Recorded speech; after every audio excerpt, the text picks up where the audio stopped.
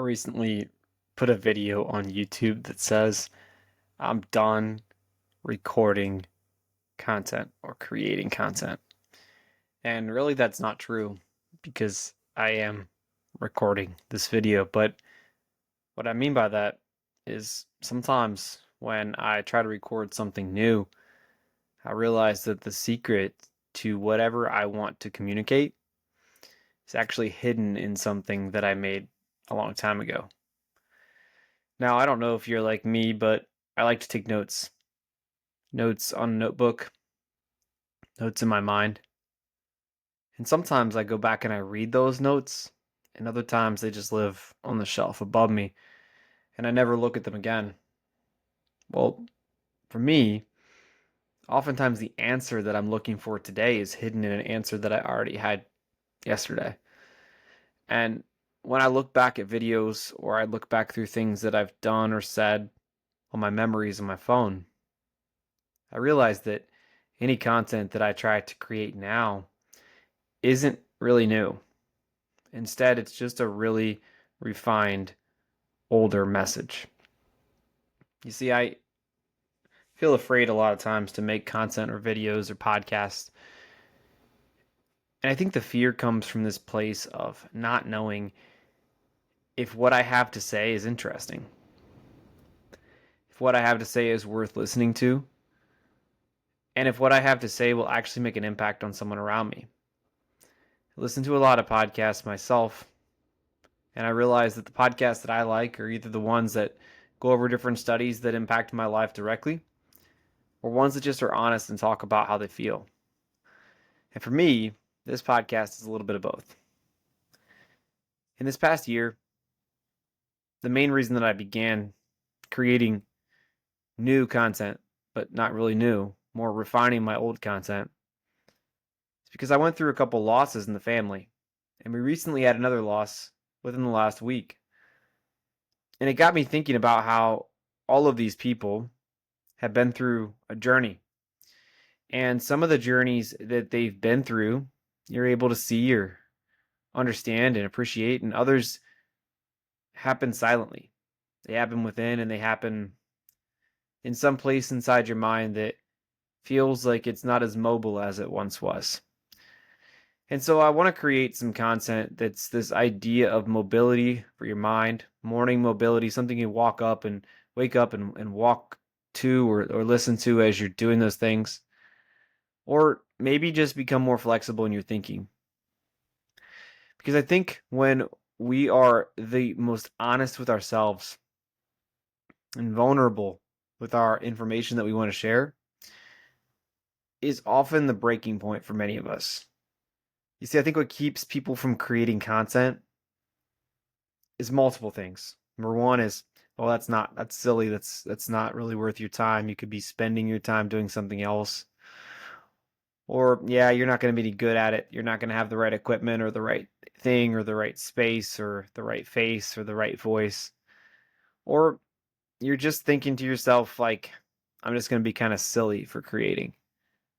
But then it's in the moments of loss and in the moments of figuring out that an identity that you've taken for yourself may be an identity that someone else has taken. That you say to yourself, if I create, what's the hurt or the harm?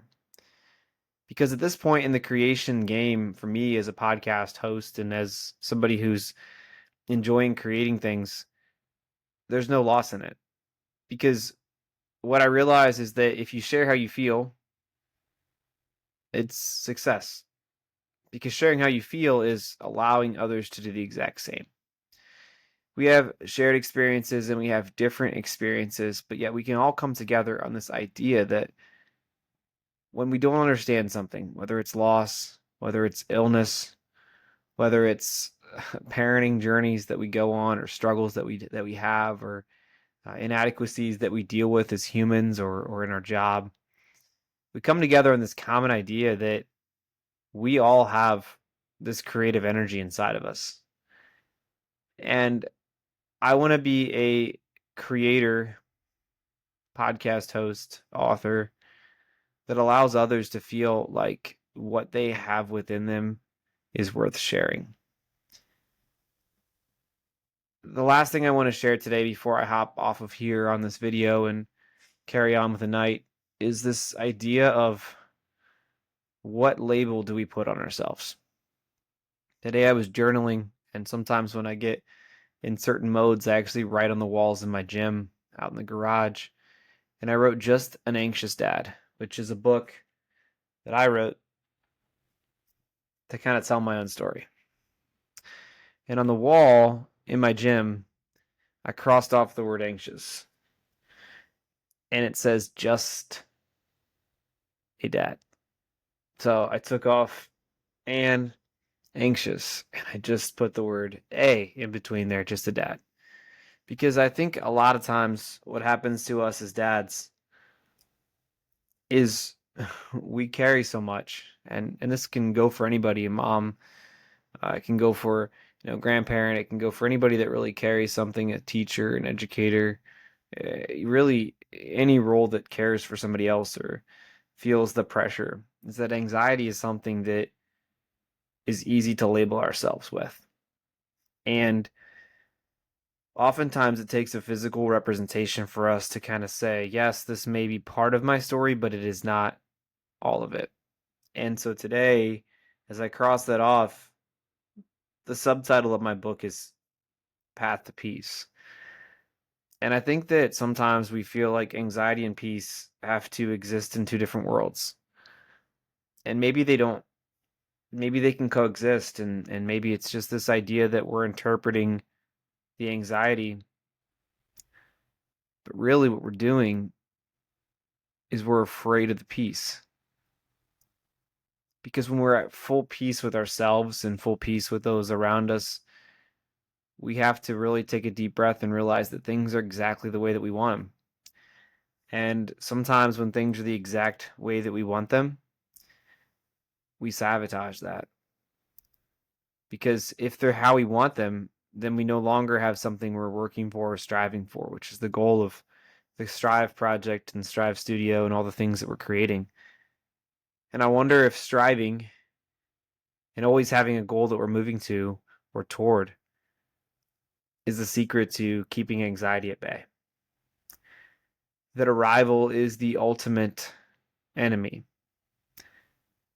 That arrival is not peace, but peace is a path. I want you to think about that today, and I don't plan on having any answers for you or telling you if that's completely historically or psychologically accurate, but it has some significance to my story. That peace is not a destination. It's not a place. It's not a person. It's not a perspective. It's not an idea. It's not any of the things that you could chase for or that I could chase after. But instead, peace is a path that leads us, to steal a phrase from the Bible, by still waters. And no matter where your belief system lies or how you feel about faith, I think it's impossible to access peace without faith. Because peace is not a person, a place, or a perspective. Instead, it's a path. So today, I don't know what word you need to cross off of your story or your identity or your name tag. But for me, it's anxious.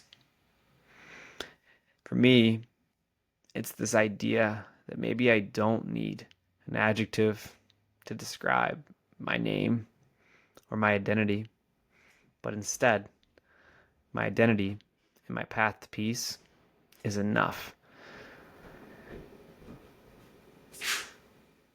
I hope this video finds you well.